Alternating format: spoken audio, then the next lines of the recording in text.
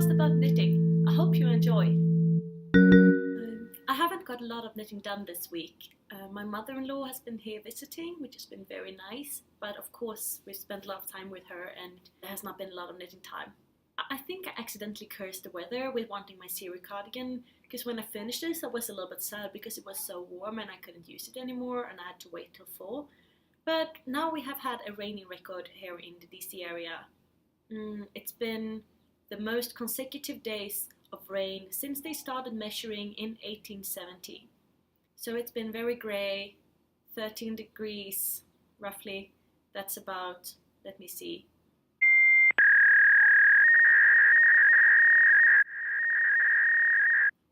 about, I would guess 50 Fahrenheit maybe. So quite cold since we had lovely weather with warm and sunny before that, really good spring weather, and now I wear my cardigan all the time, indoors at least, when I sit still in front of the computer. It's been really good to have. Maybe it's my fault it's so cold. Nah, I don't think I have that kind of power. I try to see the sad weather as a good way of getting use of my cardigan before it will definitely be too warm this summer. Considering the air condition that most places have on here during the summer, it might not be that bad to bring it along during the hotter months too. Well, at least I had the opportunity to do some summer cleaning on my wardrobe. I put all the winter clothing away and took out the summer stuff. I've been ironing some linen skirts and saying see you next year to all warm mittens and hats. Enough with the weather, and I go on to some more knitting related stuff. I haven't had a lot of knitting time this week, so I have no finished objects, but I've done a little project on one thing, and I've cast on another one because I needed something to be able to bring on the bus. I've also been to the Maryland Sheep and Wool Festival. It was great. I met some really lovely people, both viewers and other podcasters and just other people in general. I bought some nice yarn and some other stuff, and I'll show you it all by the end. I thought I should maybe add what I'm drinking, because that was all podcasters do, is because I'm always drinking the same thing from the same cup. I have this cup. And I'm drinking coffee, and it's black, and it's dark roast, and it's fair trade. Yeah, if you haven't seen this little Lego model here, and you now have seen this cup, and maybe you can come to the conclusion what is my favorite TV series, or at least one that I like a lot. Of course, Doctor Who. Who doesn't? Since no finished objects, let's go directly into works in progress.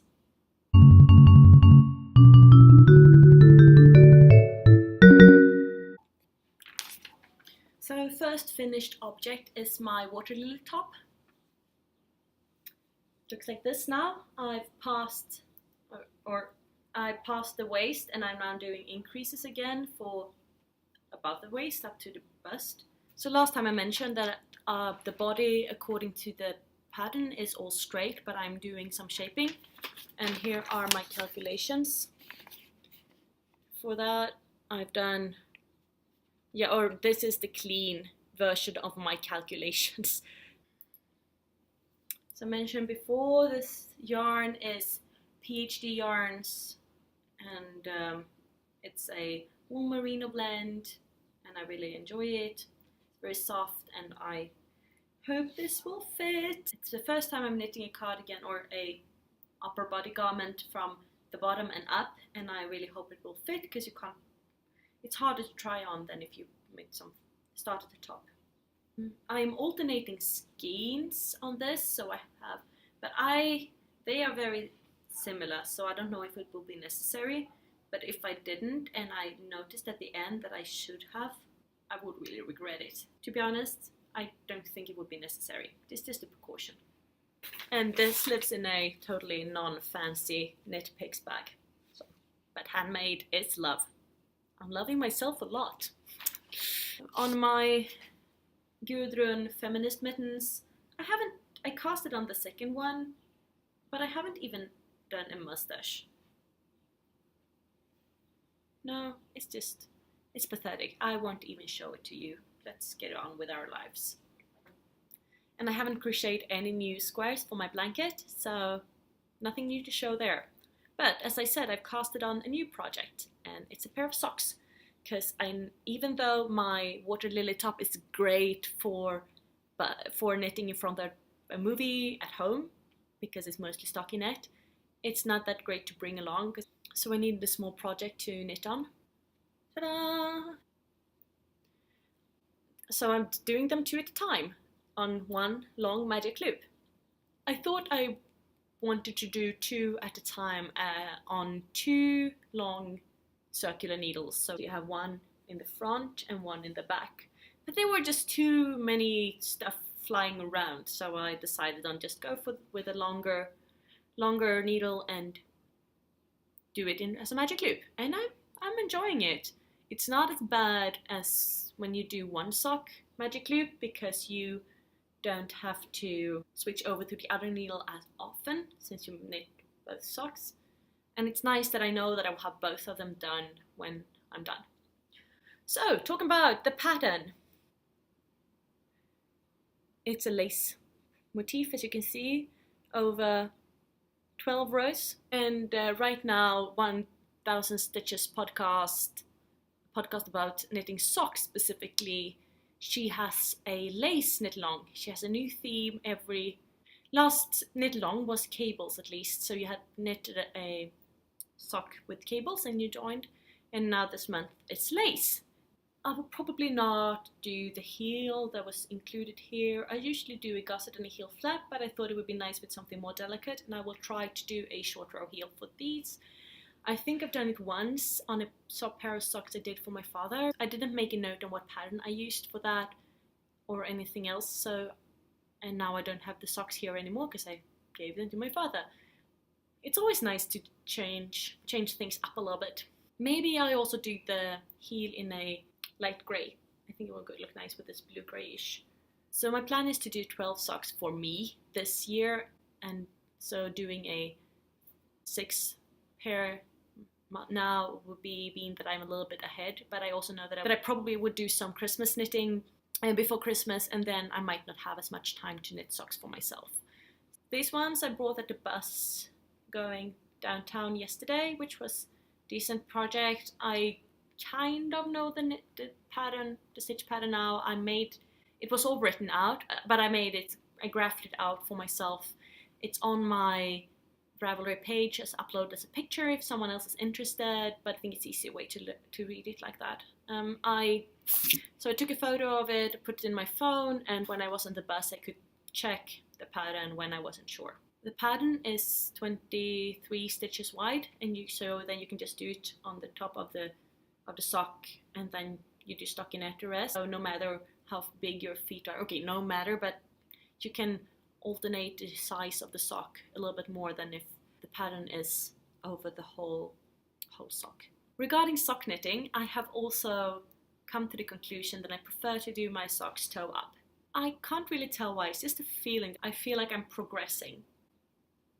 It sounds completely weird. There is no practical reason, because usually I don't knit up all my yarn anyway, because I usually have too much for one sock. I just like the feeling of knitting them from the toe up.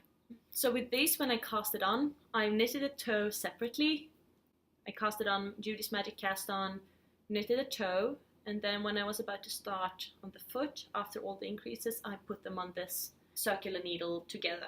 If you're interested in sock knitting, check out the 10,000 Stitches podcast. She's talking a lot about sock knitting and she's lovely, so go check her out. She's living in Virginia, I think. It's in the area here, not too far away. And she was the one who talked about the PhD yarns, so I owe her one. So, the yarn. This is some yarn I had left over from a cardigan I knitted. It's Knit Picks Stroll Tweed, so it's tweed. I don't know if you can see, it's like, yeah, here you can see it's tweed Thirst Heather colorway. And that is everything I have going on right now on my needles. As I said, I've been to Maryland Sheep and Wool. This will be the last time you hear about it, probably. This at least will be the last time I talk a lot about it. But today I'm really going to talk a lot about it, because I have a lot of new stuff to show you that I got from the festival. Let's move on.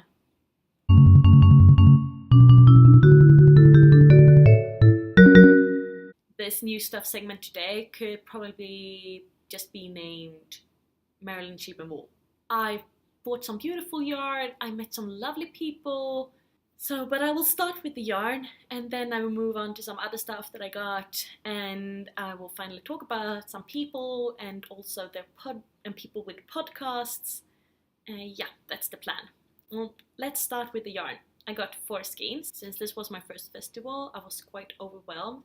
The Maryland sheep and wool have, as you can maybe guess from the name, also quite a lot of fiber focus. I was quite happy that I don't spin, because then I could just skip that part, and it was nice to be able to filter some things out. It was so much fun, but it was also so much. I wish I took more photos, and I usually pride myself to be a quite enthusiastic and not too bad photographer. Lighting in the barns where they had most vendors was not too great, and also, as I said, there were a lot of people and a lot of stuff, so I think I just forgot. I see if I can find a few photos to insert at the end. Let's move on to the yarn. My first purchased yarn was from Verdant Griffin. So I got 2 skeins, these 2. They are not meant to come together, and they were not for any project I had planned beforehand. But they were beautiful, so I took them with me home. Here is their tag and their address. And this yarn, it's beautiful teal and orange, yellow, mustard, almost going to the brown here. So you have the brown and the orange, yellow, mustard, and some light yellow up here. And then you have the teal from this. Oh, it's turning out bluish. Teal do always, but it's green, more green than blue. Teal, you know teal. Here, also variegated. I don't know what to do with this, but it's totally my colors. And I haven't worked with yarn this variegated a lot before, so if you have any suggestions on how to work with it, please let me know. It's fingering weight, 80% superwash merino and 10% cashmere and 10% nylon. And the colorway is 7 Seas Sunrise. The other colorway I got, this green one. It's a really deep, beautiful greenish, a little bit variegated yarn, and I'm crappy at finding the camera, but the colorway is called Emerald City. And I am planning on doing a second version of a shawl that I already have and love and kind of wear every day. And it's the Dew shawl, designed by Maria Monska of the Stitch in Sweden podcast. It looks like this. This one is made in Wool Barnes undyed yarn, which came as a kit when she released this pattern this fall. They did a collaboration. As I said, I really like the shawl, but I want to have one that is more colorful, because my spring jacket is beige, my winter jacket is gray. I mean, a lot of times I wear a black skirt or a gray skirt, and maybe I have a colorful top, like today it's red, but if I get out, it will look really beige, gray, blah. So then I thought this would be a good pop of color. And this is light fingering, and I think it will go well because this is also light fingering. It says fingering, but it's light. The other 2 yarns I bought was from the different vendors, but they go together, so I show them together. These 2. This is not as orange as it looks. It's a very deep, hot pink. This one has speckles of neon, especially neon pink, which I think would go great with this. So the speckled one, it's from Wild Hair Fiber Studio, and the color is called Lullaby, and it's 75% superwash merino and 25% nylon. The other one is from Neighborhood Fiber Company, and it's 100 superwash merino. And one thing that I found confusing is that some of them are 100 grams and some of them are 4 ounce. 1 ounce is about 28 grams. And I will make the graphic infection shawl by Josh Ryks, and it's paid for pattern $6 at Ravelry, and he has done his example in black and yellow, but I will use this one instead of the black, and this one instead of the yellow. So I really like pink. I think it's a cool color, but I rarely wear it, so it's a little bit outside my comfort zone. But I hope it will be good. So let's see. That was all yarn I had to show you, but I also picked up some stitch markers from Jenny the Potter. It looks like this, and on the front they have this green leaf motif. On the back, they have this text saying SSK, perfect for me, K2 tag, increase, decrease, and the little star. This is perfect. When I do waist shaping, I usually have K2 tag and SSK on each side. This whole remembering which one is the first one, not so much. So as soon as I have showed you this and finished the recording, I will put them onto my Waterlily top. So I met two lovely viewers. First, Cheryl. Hi Cheryl! It was so nice to meet you. And Cheryl gave me those beautiful stitch markers that she made herself for the stitch marker swap, which I did not participate in, but she gave me some anyway. Look at this, they are green and really cute. Yay! Perfect for as progress keepers, which I should get better on using now when I have the podcast, and it's more fun to be able to show you how much progress I've done since last week. Thank you so much, Ariel. I really appreciate it, and thank you for watching. I also met another lovely viewer, Laura. She gave me this card with her pen. She's also a designer, and she had some yarn sample from her friend who lives in a different part of the country, far away from Maryland, but still in the US. She sent some yarn. She gave me a yarn sample from her friend, and here is the friend's card. And as I understand it, it's self-striping, and I will put it in my blanket. Can't wait to try it out. So thank you, Laura. It was lovely to meet you. I mean, how can I be blessed with the cutest viewer in the world? Yeah.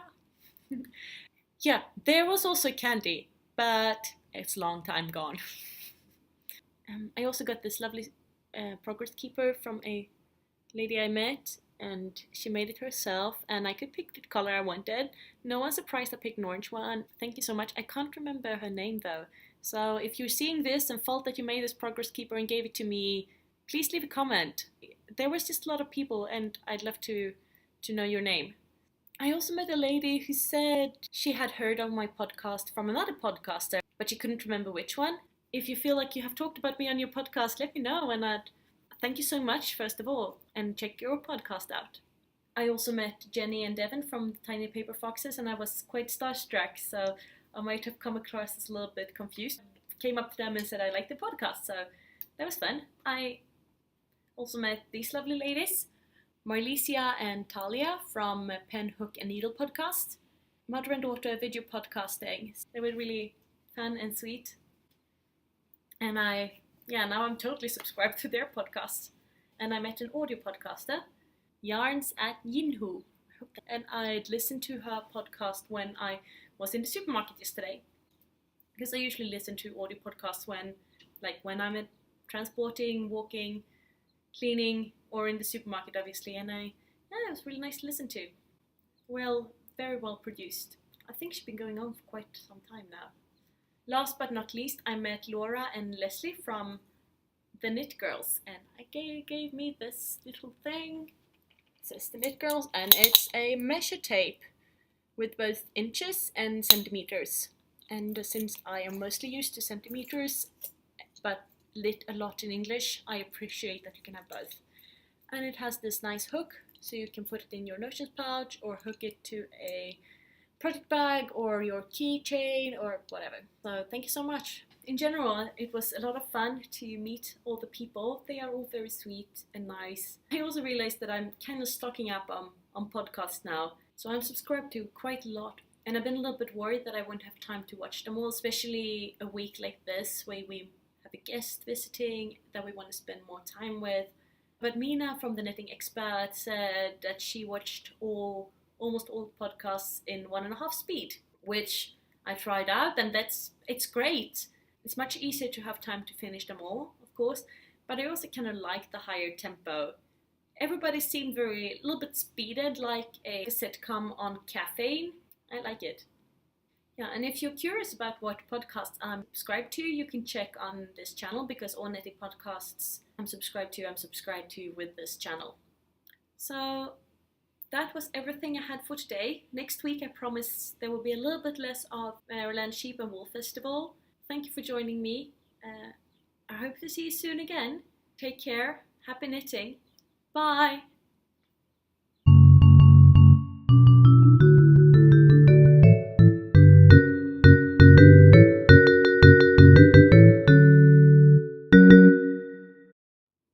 By the way, when you knit two at a time, will you ever get a hoe?